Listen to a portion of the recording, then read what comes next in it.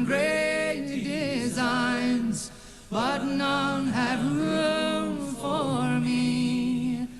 They see a world where everything's rich and smart and young, but if I live to see such things, too late for me they come. In recent months, more than 1 million people, most of them young, have protested against a new economic order called globalization. This represents one of the greatest in the 60s. Surely never before has the human race enjoyed such amazing capacity to create wealth and reduce poverty. Yet never before has the gulf between rich and poor been so vast and inequality so widespread. The facts of globalization are revealing. A small group of powerful individuals are now of Africa. Just 200 giant corporations dominate a quarter of the world's economic activity. General Motors is now bigger than Denmark. Ford is bigger than South Africa. Unseen by shoppers in the high street, the famous brands of almost everything from running shoes to baby clothes are now made in very poor countries with cheap labor, at times bordering on a form of slave labor. Tiger Woods, the golfer, is paid more money to promote Nike than most of the entire workforce actually making Nike products here in Indonesia. Is this the global village we are told is our future? Or is it merely an old project that used to be run by the divine right of kings and is now run by the divine right of multinational corporations and by the financial institutions and governments that back them? This film is about these new rulers of the world, and especially their impact on one country, Indonesia.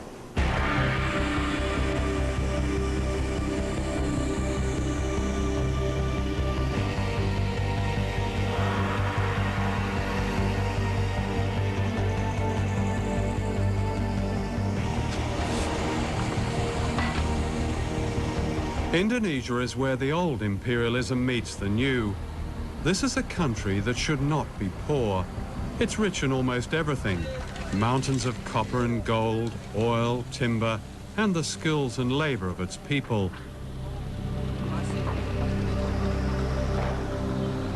Colonized by the Dutch in the 16th century, Indonesia was plundered by the West for hundreds of years, a debt that is yet to be paid back.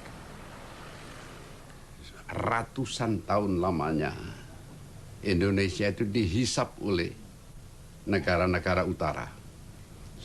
Bukan hanya Indonesia, semua negara-negara kulit berwarna. Sehingga Barat menjadi kuat, menjadi makmur, menguasai keuangan dan perdagangan sampai sekarang. Nah, sekarang didikte oleh IMF, oleh Bank Dunia.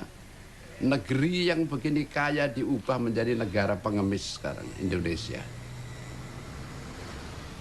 Karena tidak adanya karakter pada elit.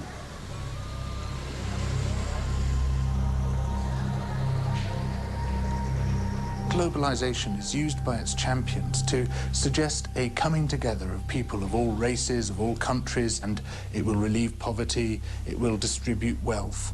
What we're actually seeing is precisely the opposite processes in train, that the poor are becoming markedly poorer, while the very wealthy are becoming staggeringly wealthy. And here are some of the staggeringly wealthy. This is a wedding in Jakarta of the Indonesian elite. Two merchant families are being united. 4 years ago, the World Bank called Indonesia a dynamic economic success, a model pupil of the global economy.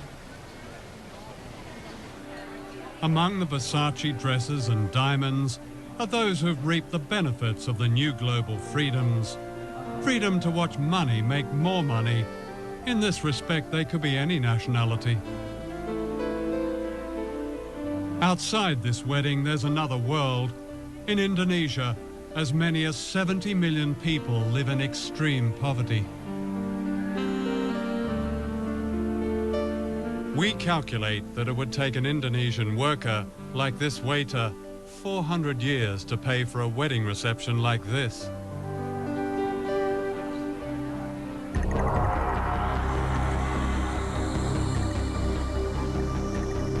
Less than 5 miles away is the backyard of the global economy, the site of the dynamic success you don't see. This is a labour camp that's home to workers who make the clothes we buy in the high streets and shopping malls. This is the human price paid for our fashionable trainers, our smart shirts, our jeans with a tag that says, "Made in Indonesia." Young people living here who make the famous brands are paid on average the equivalent of 72 pence a day, about $1. That's the legal minimum wage in Indonesia. According to the Indonesian government, it's just over half a living wage. The dormitories are made from breeze blocks and packing cases. When it rains, they flood. There are open sewers and no clean running water. Many of the children are undernourished and prey to disease. While I was filming here, I caught dengue fever, carried by the mosquitoes which infest these slums. It kills children. The conditions here are not very different from workers' camps in other parts of Asia, in Africa and Latin America, where the famous brands are also made cheaply for lucrative Western markets.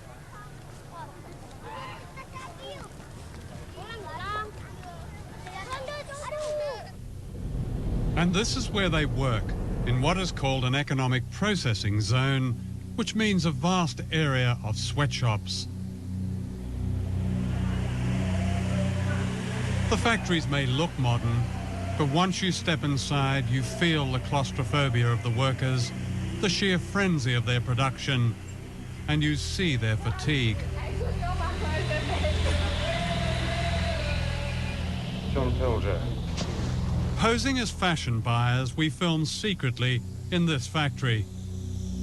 The factories are owned by Taiwanese and Korean contractors who employ cheap labor to make the products of famous brands such as Nike, Reebok and Adidas. We looked at one famous brand, Gap. The working conditions we found are by no means the worst. So you do Gap, of course. You do lots of Gap. And I mean the quality control of Gap, I think, is excellent. In the future, we are trying... We found more than 1,000 mostly young women working crowded together under the glare of strip lighting in temperatures that can reach 40 degrees centigrade. The only air conditioning is upstairs where the bosses are. Working hours can vary and can be increased dramatically when an urgent export order has to be met. We surveyed 5 factories regarded as typical, and I interviewed workers from all over Jakarta. You work a 24-hour shift with just a couple of breaks, and then 2 hours later you start another shift. So in effect you work a 36-hour shift. Saya kerja long shift tuh dari jam 7.30 sampai pagi lagi 7.30, pas terakhirnya sore jam 18.30. Are you given any choice? Nggak bisa. What would happen if you refused to do this 24-hour shift? Ya mungkin ada hukuman, tapi belum pernah menolak sih. Jadi takut aja. On these long 24-hour shifts, do you recall what labels you were packing? Kebanyakan Gap sama Olevi. Do any of the people from the Gap company ever visit your factory? Sering. Do they ever ask you about or investigate the working conditions, your working conditions? Dulu pernah ada, tapi di personal itu anaknya tuh udah dikontak duluan gitu, udah nggak boleh ngomong yang salah gitu, harus sesuai omongan dari personal dia. What did they tell you to say? Ya misalkan nggak bilang lembur long shift, terus pokoknya tidak boleh membuka rahasia perusahaan, tidak boleh menjelek-jelekan perusahaan. This is what the Gap company calls a code of conduct. In response to criticism, famous global brands like Gap have come up with these codes. They say the idea is to set standards and protect workers, but how effectively is it enforced? You have to come to Indonesia to really realize what codes of conduct means, and that it is almost useless to exercise or to implement code of conduct here in this country, because this government is always campaigning cheap labor here in Indonesia to attract the foreign investment, and codes of conduct cannot do anything about that. And because Indonesian workers is already very poor, and the rate of unemployment here is very, very high, so that people will work whatever kind of work they have, or how much they paid, they will still work. The Gap company stipulates a maximum working week of 60 hours. It says workers may refuse overtime without any threat of penalty. Are there people who do extraordinary shifts, like much more than 12 hours, even up to 24 hours? Ada, kemarin QC juga ya finishing itu dari jam 8 sampai jam 12 malam. Dari jam 12 malam karena dengan alasan ini mesti diekspor. Kondisi mereka berdiri dari jam 8 sampai jam 12 itu berdiri, nggak ada duduk. Standing. Iya. Is that common? Kalau ekspor yang ini, ekspor harus selesai targetannya tanggal sekian, mesti. Is the Gap Code of Conduct displayed in the factory? Pasang sama sekali, bahkan peraturan perusahaan pun tidak ada yang dipasang di tingkatan pabrik. Nggak ada. Nggak usah kode etik. Peraturan di dalam perusahaan itu nggak pernah dilihatin dengan kami, apalagi kode etik dari suatu barang. These boxer shorts were made in one of the factories we investigated. Before we left London, we bought a pair at a Gap store in Oxford Street for £8. Out of that £8, an Indonesian worker gets less than 4 pence. It's the same for running shoes that sell for £100. Out of that £100, a worker gets around 40 pence. That wouldn't even buy the laces. Ya kami kaget, benar-benar ya. Oh, ternyata kami dalam satu celana ini kami bisa menguntungkan pengusaha begitu banyak, apalagi ribuan celana. Sehari minimal kami harus menghasilkan 3.000 celana. Itu minimal.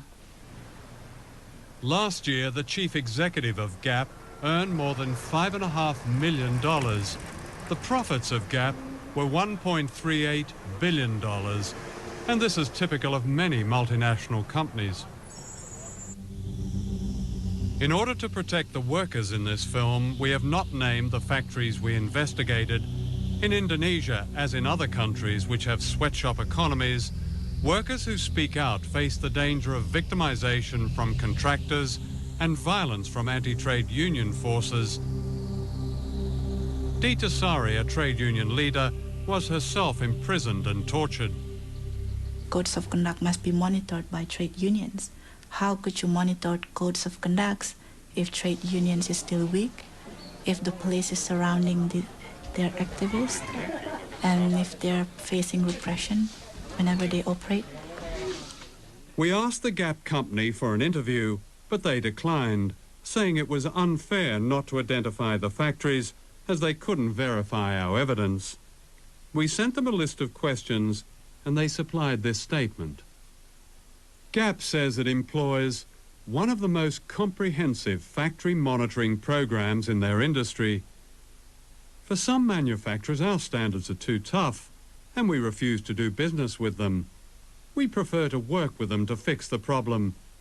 We can't force them to comply. One of the things that we can do to take action in support of better conditions for people in developing countries is when we buy anything, ask the retailer where this product comes from, under what conditions it's produced. Write to the company that made the product And so you want assurances that this comes from a factory that treats its workers well, that gives its workers rights to be able to form trade unions, etc. And these are some very basic ways in which we can act as informed consumers. I'm not afraid to bend my back. I'm not afraid of dirt. But how I fear for lack of honest work.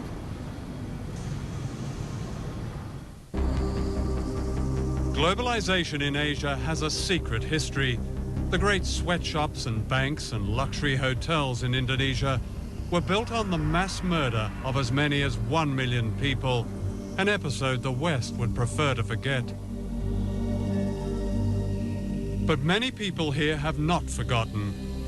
In recent years, people all over the country have begun searching for the remains of loved ones murdered when General Suharto seized power in the mid-1960s, aided by the United States and Britain.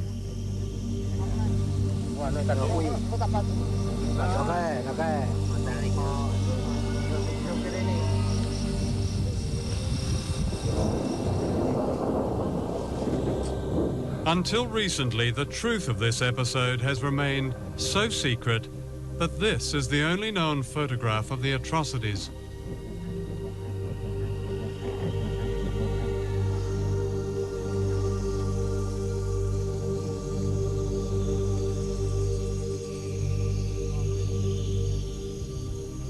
One day in early October 1965, a gang of thugs entered this school in Jakarta and beat to death the headmaster. He was suspected of being a communist. His murder was typical of the slaughter of more than 1 million people, teachers, students, civil servants, peasant farmers. Described by the CIA as one of the worst mass murders of the 20th century, the origins of this terrible episode have been covered in mystery. Certainly it brought to power General Suharto, but what is now emerging is the extent to which he was secretly backed by the United States and Britain and by Western business leaders. Within a year of the bloodbath, Indonesia's economy was effectively redesigned in America, giving the West access to vast mineral wealth, markets and cheap labor, what President Nixon called the greatest prize in Asia. To Western business, the great value of General Suharto was that he succeeded in getting rid of the founder of modern Indonesia, Ahmed Sukarno, a nationalist who believed in economic independence for his people. He kept the great Western corporations out of Indonesia and threw out their agents, the World Bank and the International Monetary Fund. It was only when one of his generals, Suharto, seized power that the door was opened to Asia's greatest prize. When the Suharto regime came in after the putsch, they were able to make a lot of the fact that they were calling the IMF and the World Bank back in. They were going to rescue them, you see, and British propaganda in particular made a lot of this. You know, the IMF was decent and it was going to bring order and everything was going to be lovely in the Indonesian garden. And as I say, a British diplomat still alive has said to me that was very much a part of the deal. Britain and the United States secretly conspired to back General Suharto. The American ambassador assured him that the US government is generally sympathetic with and admiring of what the army is doing.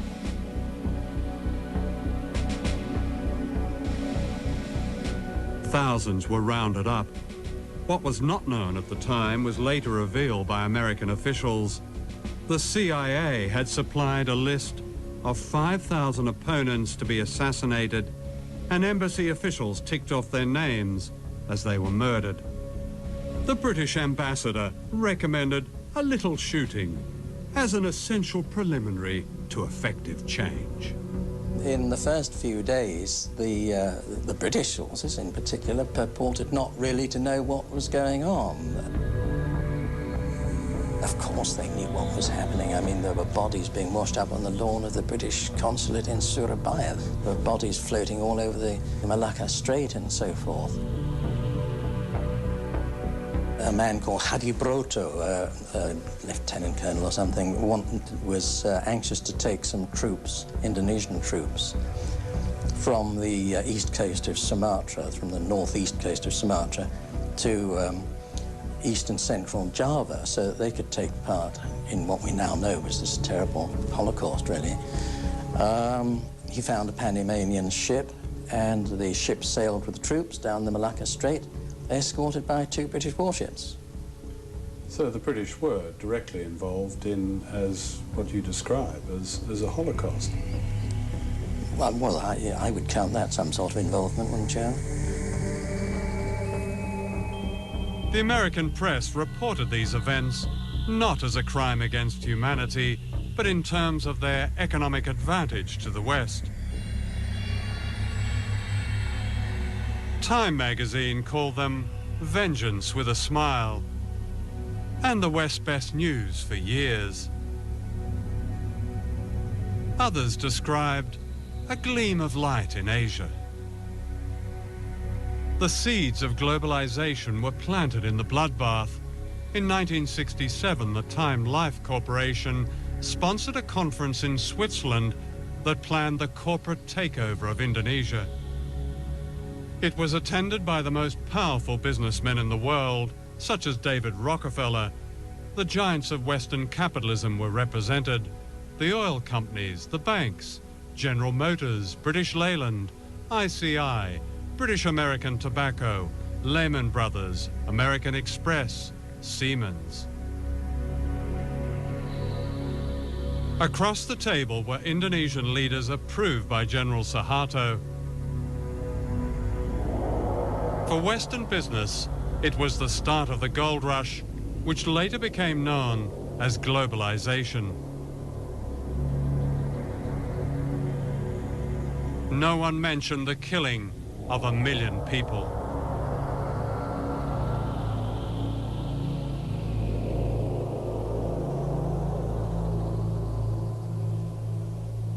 I've never, ever heard of a situation like this for any country, where global capital essentially holds a meeting with state and hammers out the conditions of their own entry into the country. The conference went on for 3 days. The first day was when the Indonesians spoke and essentially made their case. They divided into 5 different sections on the second day. Sectoral meetings, mining in one room, food services, light industry in another, banking and finance in another, Chase Manhattan was there, and simultaneously they hammered out policies that were going to be acceptable to these global investors on a sector-by-sector basis, with each of the people going around the table saying, this is what we need to see, this, and they basically designed the legal infrastructure for investment in Indonesia.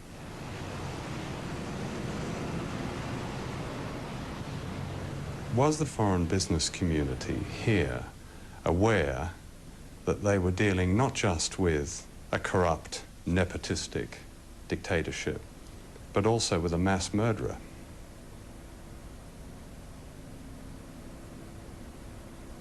That's a very general question. Well, no, it's quite specific, actually. I mean, mass murder is mass murder.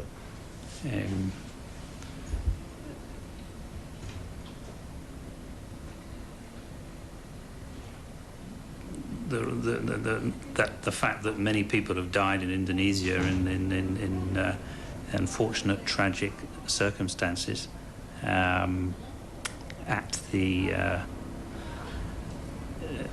directly or indirectly as a result of the previous regime is hugely unfortunate. Whether if foreign investment had not been here, that would have prevented in any way those events occurring. Nobody has perfect vision on what might have been.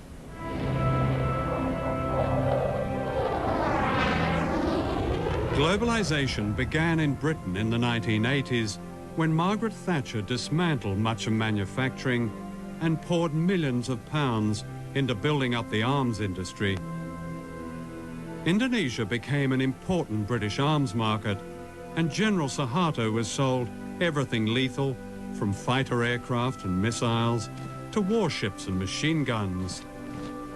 Unknown to the British public, millions of pounds went to the dictator in export credits. In other words, a large part of his arms bill was paid by the British taxpayer. So important was Suharto as a business partner that the mass murderer was welcomed to London by the Queen.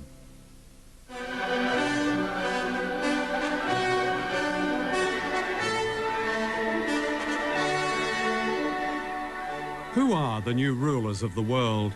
Their empire today is greater than the British Empire ever was. This is the center of this new empire, all within a square mile in Washington. Down the road from the White House and the US Treasury is the World Bank and the International Monetary Fund.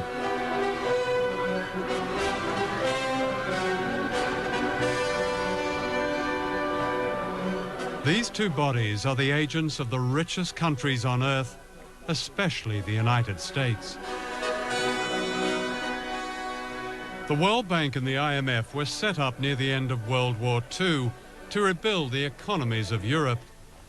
Later they began offering loans to poor countries, but only if they privatized their economies and allowed Western corporations free access to their raw materials and markets. Debt has really been used as an instrument in order for the IMF and the World Bank to get their policies implemented in many developing countries. And we're into a situation now where the poorest countries are in a cycle, a vicious cycle of poverty.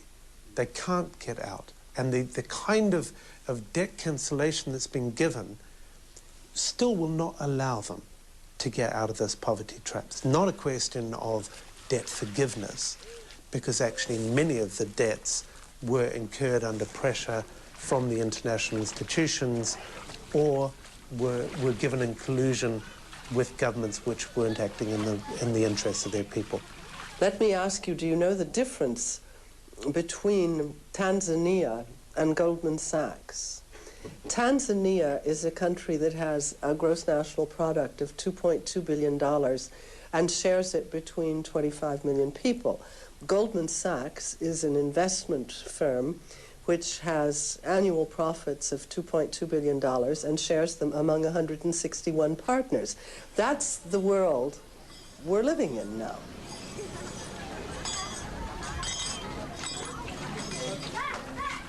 The World Bank says its aim is to help poor people, promoting what it calls global development. It's an ingenious system, a kind of socialism for the rich and capitalism for the poor. The rich get richer on running up debt, cheap labor, and paying as little tax as possible, while the poor get poorer as their jobs and public services are cut back in order to pay just the interest on debt owed by their governments to the World Bank. Here in Indonesia, where most people are poor, the handouts to the rich have been extraordinary, to say the least. Internal documents of the World Bank confirm that up to a third of the bank's loans to the dictatorship of General Suharto went into the pockets of his cronies and corrupt officials. That's around $8 billion.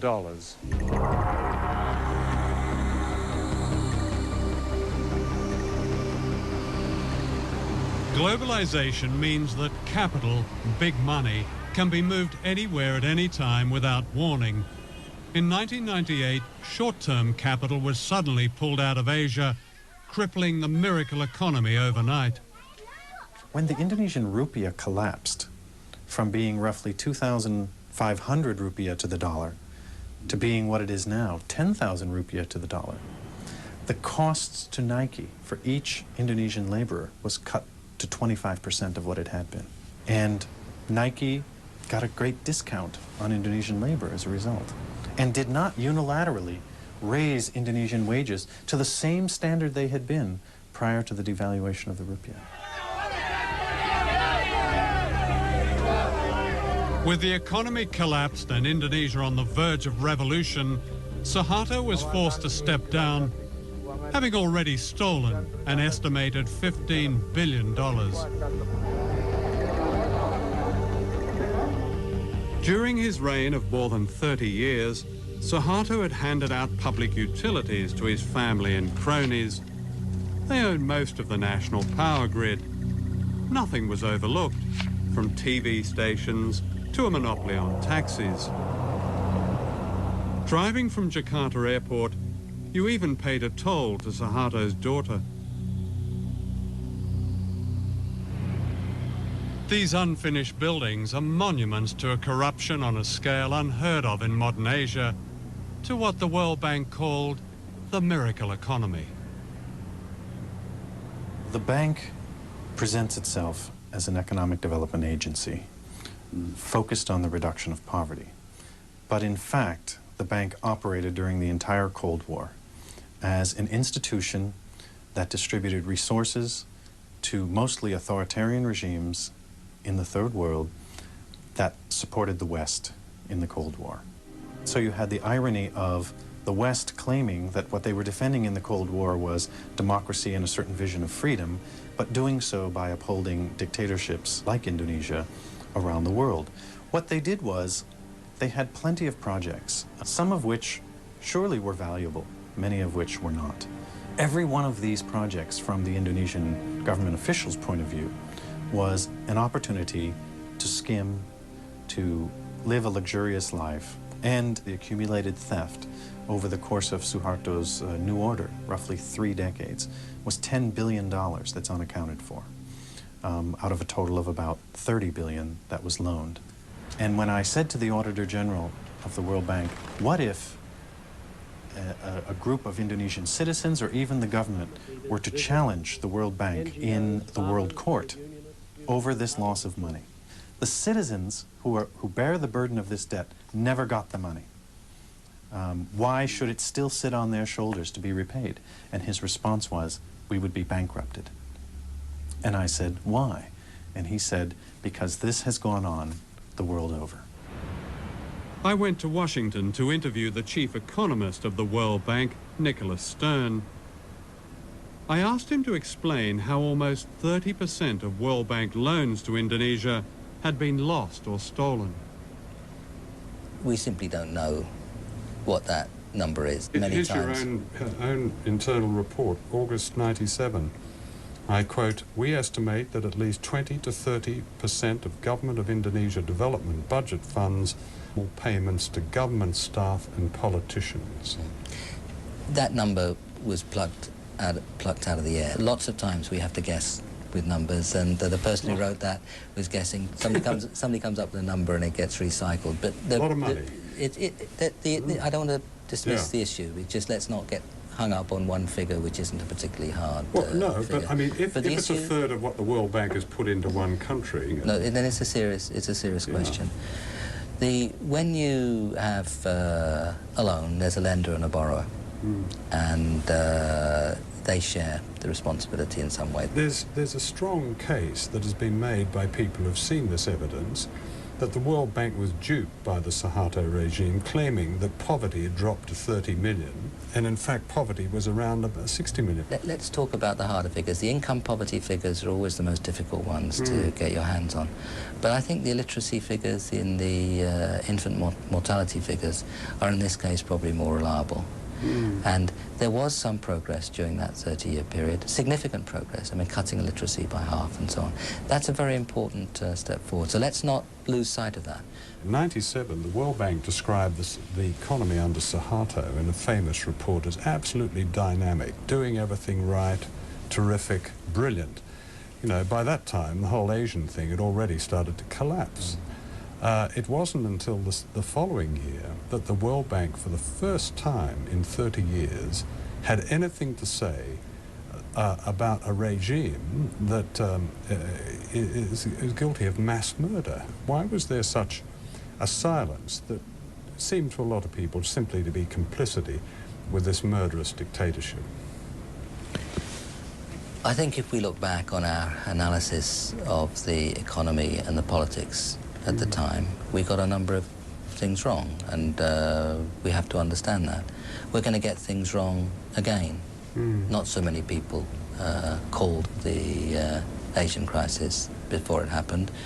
We failed along with That's your job, though, isn't it? You're all economists with fantastic degrees and brilliant backgrounds, and how can you get it that wrong?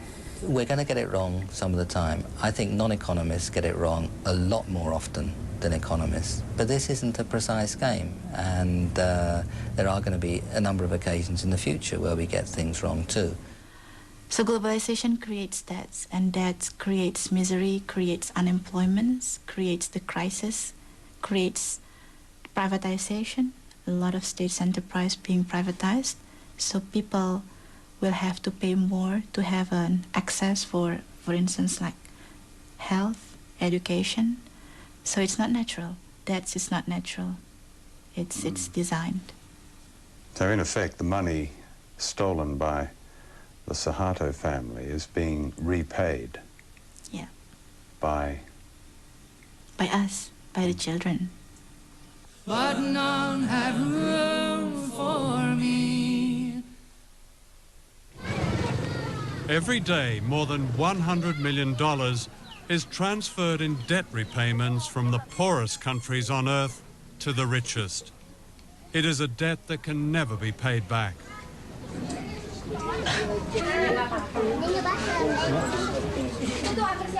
The poverty of families like this is compounded by Indonesia's huge debt. The conditions of the IMF's latest loan include a reduction in subsidies on certain fuel and food.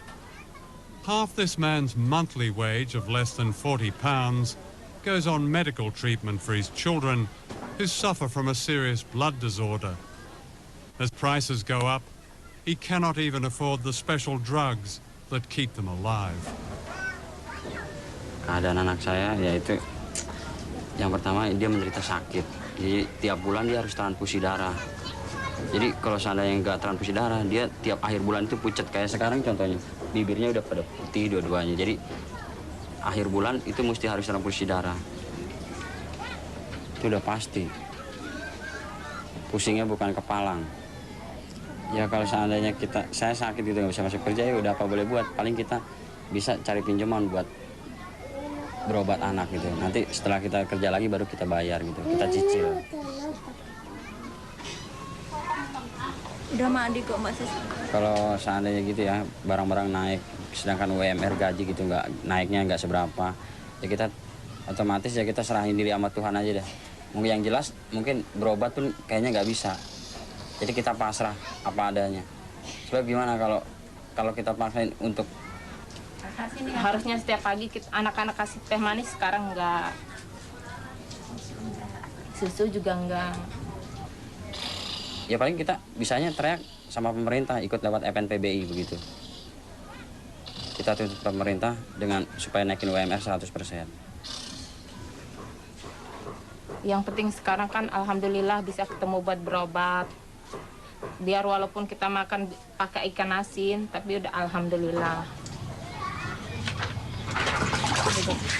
In the global economy, one American corporation dominates the world trade in food grains, while almost half the world's population, like this family, attempt to live on less than $2 a day.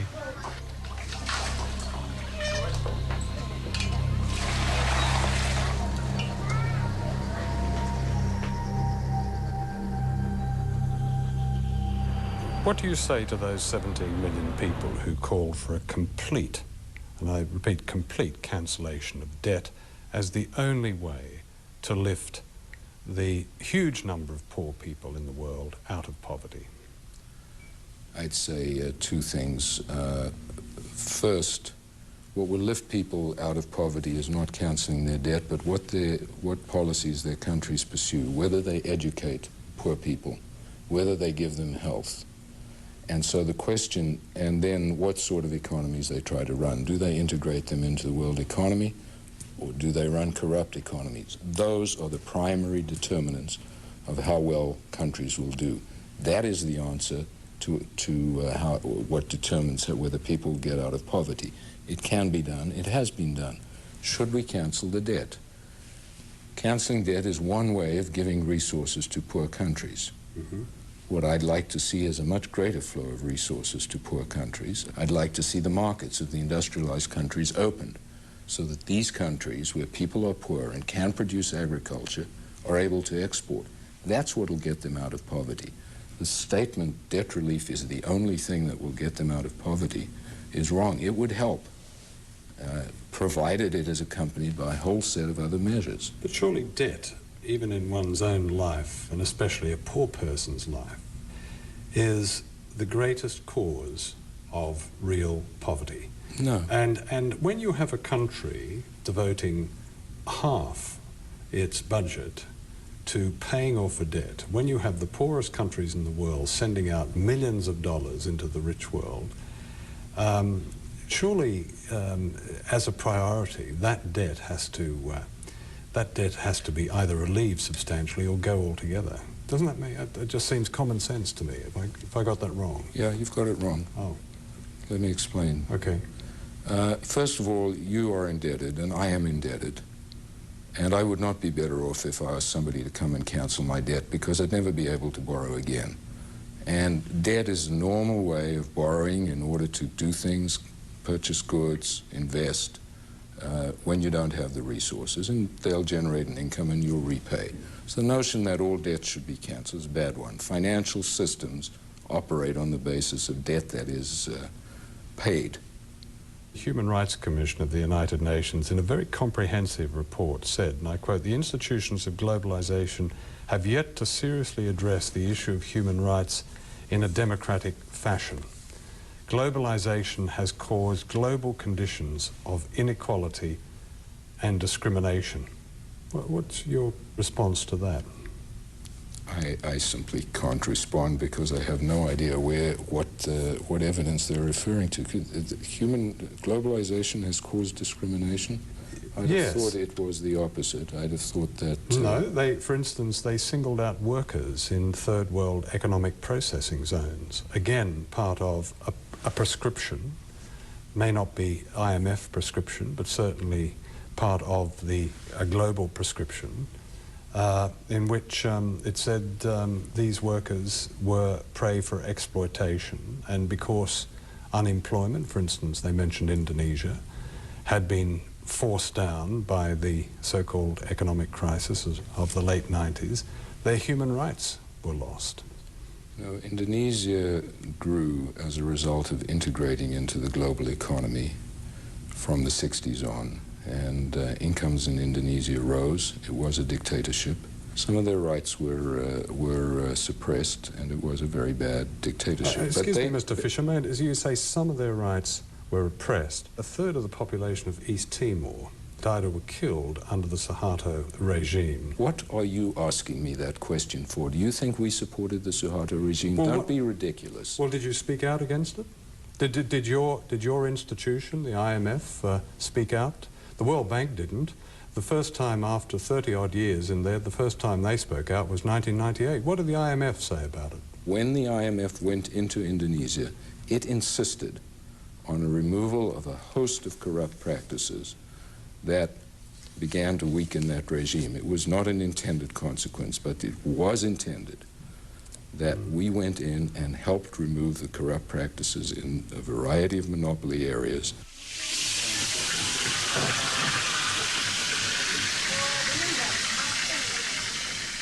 And because now the government, as recommended by the IMF, has already cutting off a lot of subsidies, not only oil and electricity, but also water and education and subsidies and agriculture. So it means that the workers, if they have sons or daughters, they have to pay more if they want to put their children to school. Before, of course, people eat 3 meals a day, but now they have to also make efficiency. So they eat, instead of 3, they eat 2 times a day, and or they reduce the quality of the food. So that's why maybe the level of productivity is getting lower, because people are getting poor and getting tired, and if you are tired you cannot work properly.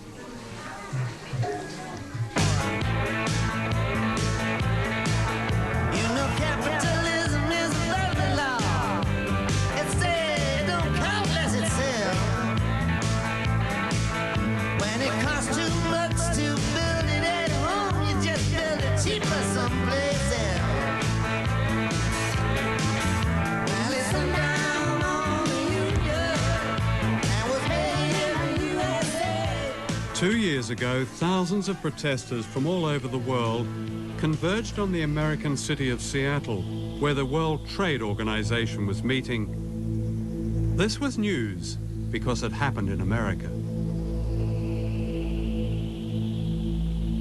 And yet throughout the world, in Africa, Latin America, Asia, a deeper movement against globalization has been growing for years, but this is not considered news. On every continent, millions of ordinary people have protested against the power of the IMF and the World Bank and the imposition of Western power. People have marched and petitioned against privatization, against selling off their water, against turning their farms into suppliers for the dinner tables of the rich. Now the protests have spread to Western countries, from Seattle to Melbourne, London to Genoa. The coverage of these events follows a pattern. It seems it's only news when there's violence, even when the great majority of the protesters are peaceful. In contrast, the violence of the economic policies they are protesting about is seldom news. In the weeks and days leading up to May Day in London, the police and the government orchestrated a propaganda campaign.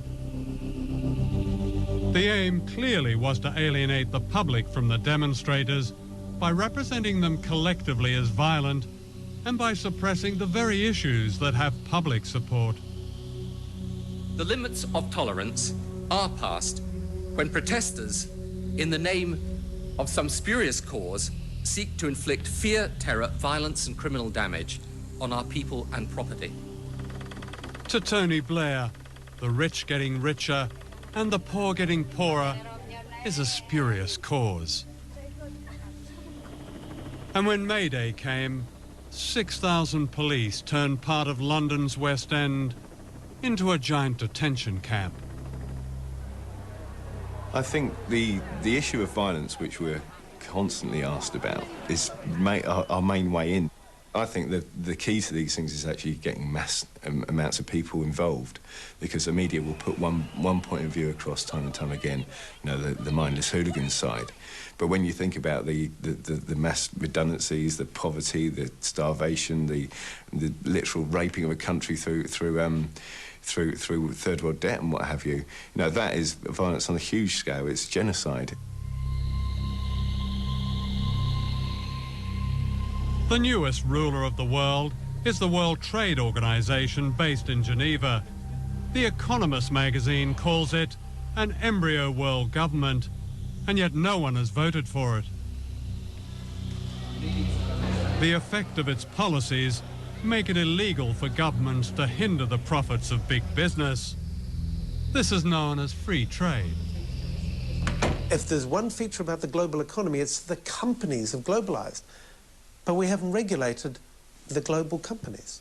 And that's the change that we've got to put into this international system if we're ever going to get rules that are fairer to workers, fairer to the world's poor, fairer to all of those who are affected by this international production system.